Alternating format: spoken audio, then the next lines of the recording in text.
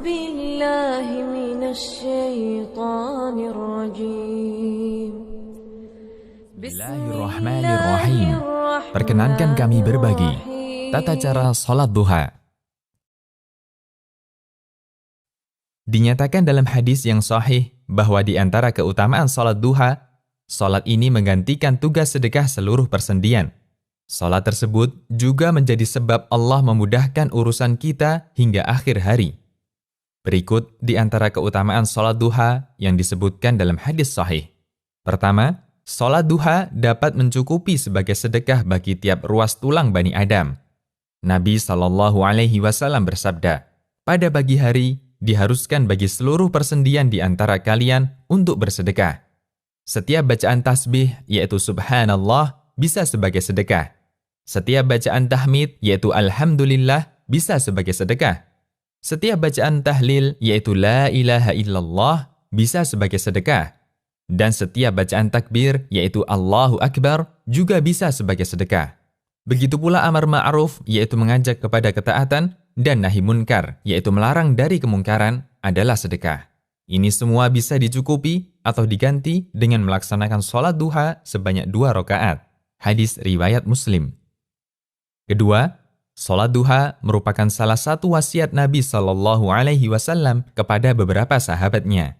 Di antaranya Abu Hurairah radhiyallahu anhu, beliau pernah mengatakan, kekasihku, yaitu Nabi Muhammad SAW, mewasiatkan kepadaku untuk berpuasa 3 hari dalam tiap bulan, melakukan 2 rakaat sholat duha, dan melakukan sholat witir sebelum tidur. Hadis riwayat Bukhari dan Muslim. Ketiga, sholat duha merupakan sholatnya orang-orang yang rajin bertaubat. Rasulullah SAW bersabda, sholatnya orang-orang yang bertaubat adalah pada saat berdirinya anak unta karena teriknya matahari. Hadis riwayat Muslim.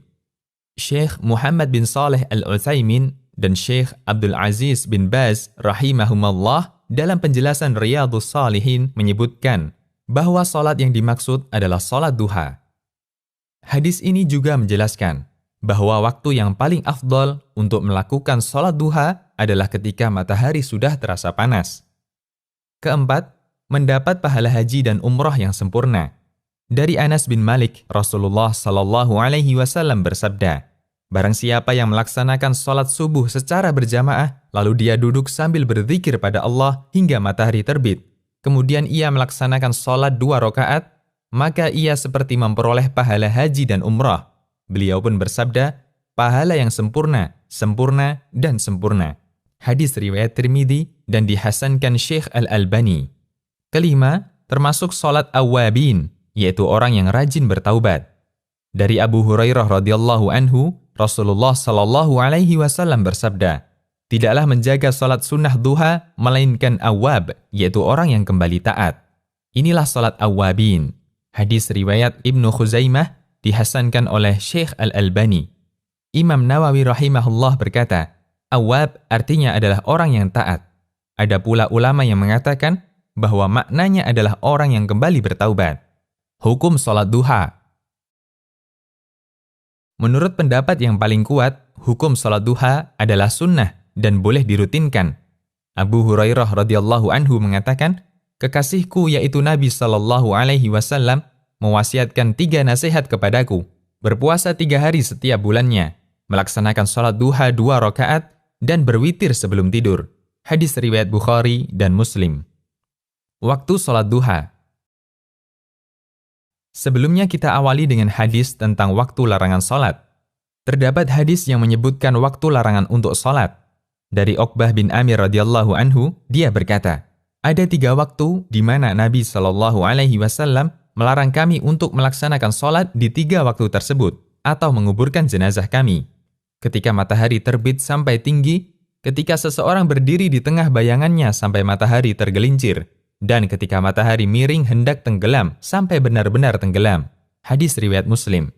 Pada hadis di atas, ada 2 waktu yang mengapit waktu duha. 1, ketika matahari terbit sampai tinggi. 2, ketika seseorang berdiri di tengah bayangannya sampai matahari tergelincir. Ketika matahari sudah terbit, mulai kapan sholat duha sudah boleh dilaksanakan? Apakah tepat setelah terbit, ataukah ditunggu sampai agak tinggi? Ulama berbeda pendapat mengenai waktu mulainya sholat duha. Sebagian ulama Syafi'iyah berpendapat bahwa waktu mulainya sholat duha adalah tepat setelah terbitnya matahari. Namun dianjurkan untuk menundanya sampai matahari setinggi tombak. Pendapat ini diriwayatkan An-Nawawi dalam kitab Ar-Raudhah. Sebagian ulama Syafi'iyah lainnya berpendapat bahwa sholat duha dimulai ketika matahari sudah setinggi kurang lebih 1 tombak. Pendapat ini ditegaskan oleh Ar-Rafi'i dan Ibnu Rif'ah. Demikian yang menjadi pendapat Imam Abu Syuja dalam Matan At-Taqrib ketika beliau menjelaskan waktu-waktu yang terlarang untuk sholat. Hal yang sama juga menjadi pendapat Imam Al-Albani. Beliau ditanya tentang berapakah jarak 1 tombak. Beliau menjawab, 1 tombak adalah 2 meter menurut standar ukuran sekarang. Sebagian ulama menjelaskan, jika diukur dengan waktu, maka matahari pada posisi setinggi 1 tombak kurang lebih 15 menit setelah terbit. Waktu akhir sholat duha. Batas akhir waktu sholat duha adalah sebelum waktu larangan sholat, yaitu ketika bayangan tepat berada di atas benda, tidak condong ke timur atau ke barat. Untuk menentukan batas akhir waktu duha, Anda bisa perhatikan bayangan benda. Selama bayangan benda masih condong ke barat, meskipun sedikit, berarti waktu duha masih ada. Kemudian ketika bayangan benda lurus dengan bendanya, tidak condong ke barat maupun ke timur, waktu sholat duha telah habis, karena matahari persis berada di atas benda. Ada sebagian yang memberikan acuan, kurang lebih 15 menit sebelum masuk waktu zuhur. Cara mudah menentukan batas waktu sholat duha. Batas awal waktu duha, yaitu waktu terbit matahari, ditambah 15 menit. Batas akhir waktu duha, yaitu waktu zuhur, dikurangi 15 menit. Waktu duha yang paling afdol. Waktu yang paling utama untuk mengerjakan sholat duha adalah ketika matahari sudah mulai panas, yaitu dekat dengan waktu berakhirnya duha. Sebagaimana riwayat dari Al-Qasim Asy-Syaibani, bahwasanya Zaid bin Arqam radhiyallahu anhu melihat beberapa orang melakukan sholat duha. Kemudian Zaid mengatakan, andaikan mereka tahu bahwa sholat setelah waktu ini lebih utama. Sesungguhnya Nabi SAW bersabda, sholat para awwabin adalah ketika anak onta mulai kepanasan. Hadis riwayat Muslim. Awwabin artinya orang yang suka kembali kepada aturan Allah. Sebagian ulama mengatakan, sholat pada waktu ini dikaitkan dengan awwabin karena umumnya pada waktu tersebut, jiwa manusia condong untuk istirahat. Akan tetapi, orang ini menggunakan waktu tersebut untuk melakukan ketaatan dan menyibukkan diri dengan melakukan sholat, meninggalkan keinginan hati menuju ridho penciptanya. Imam An-Nawawi mengatakan, ulama mazhab kami, yaitu Syafi'iyah, mengatakan, waktu ketika matahari mulai panas adalah waktu yang paling utama untuk melaksanakan sholat duha. Meskipun dibolehkan sholat sejak terbit matahari sampai menjelang tergelincirnya matahari. Jumlah rakaat sholat duha. Jumlah rakaat sholat duha minimalnya adalah 2 rakaat, sedangkan maksimalnya adalah tanpa batas. Mu'adzah pernah menanyakan pada Aisyah radhiyallahu anha, berapa jumlah rakaat sholat duha yang dilakukan oleh Rasulullah sallallahu alaihi wasallam? Aisyah menjawab, 4 rakaat dan beliau tambahkan sesuka beliau. Hadis riwayat Muslim. Maksud keterangan Aisyah bahwa Nabi sallallahu alaihi wasallam umumnya sholat duha 4 rakaat. Beliau kerjakan 2 rakaat salam, 2 rakaat salam. Dan terkadang beliau tambahkan beberapa rakaat sesuai yang beliau kehendaki. Allahu a'lam. Bacaan doa setelah sholat duha. Terdapat doa yang terkenal di sebagian kalangan untuk dibaca setelah sholat duha. Lafaz doanya adalah Allahumma inna ad-duha'a duha'uka, wal baha'a baha'uka, wal jamala jamaluka, wal quwwata quwwatuka, wal qudrata qudratuka, wal ismata ismatuka. Allahumma in kana rizqi fis sama'i fa'anzilhu, wa in kana fil ardi fa'akhrijhu, wa in kana mu'assaran fayassirhu, wa in kana haraman fatahhirhu, wa in kana ba'idan faqarribhu bihaqqi dhuha'ika wa biha'ika wa jamalika wa quwwatika wa qudratika atini ma ataita ibadaka salihin. Apakah doa ini sesuai tuntunan Rasulullah sallallahu alaihi wasallam? Doa ini disebutkan oleh Asy-Syarwani dalam Syarhul Minhaj dan Abu Bakar Ad-Dimyati dalam I'anatut Talibin. Namun kedua penulis ini tidak menunjukkan dalil bacaan ini. Dikomentari oleh tim Fatwa Syabakah Islamiyah di bawah bimbingan Dr. Abdullah Al-Faqih, kami tidak mendapatkan dalil kuat yang menunjukkan adanya doa ini pada referensi-referensi yang kami miliki. Bolehkah diamalkan? Perlu dipahami dan dijadikan prinsip bagi setiap orang yang beriman bahwa ibadah dalam agama Islam bersifat tauqifiyah, artinya menunggu dalil.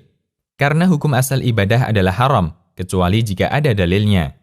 Apapun bentuk ibadah tersebut dan siapapun yang mengajarkannya, satu harga mati, semua harus berdalil.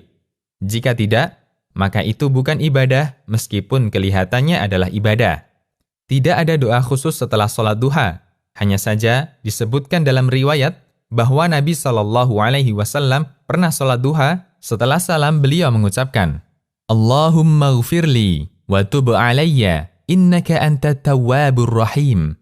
Yang artinya, Ya Allah, ampunilah aku dan terimalah taubatku. Sesungguhnya Engkau Maha Penerima taubat lagi Maha Penyayang. Sampai beliau membacanya 100 kali.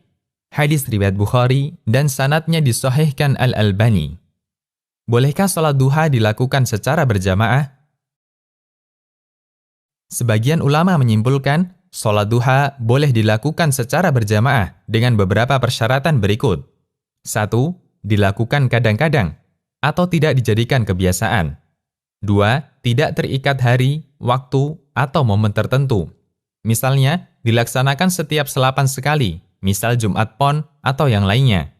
Ketentuan hari semacam ini tidak dibolehkan. 3. Tidak ada kesepakatan sebelumnya, atau tidak ada pengumuman kepada masyarakat. 4. Tidak menjadi amalan yang menjamur dan banyak dilakukan masyarakat. 5. Jumlah orang yang ikut berjamaah sedikit, sehingga tidak boleh melaksanakan sholat duha berjamaah satu kampung, sebagaimana sholat fardu. 6. Tidak dilaksanakan bersama-sama di masjid. Adakah surat khusus yang dibaca setelah Al-Fatihah? Kesimpulannya, tidak ada bacaan surat khusus untuk sholat duha, sehingga boleh membaca surat apapun dalam Al-Quran pada sholat duha. Demikian, Allahu a'lam.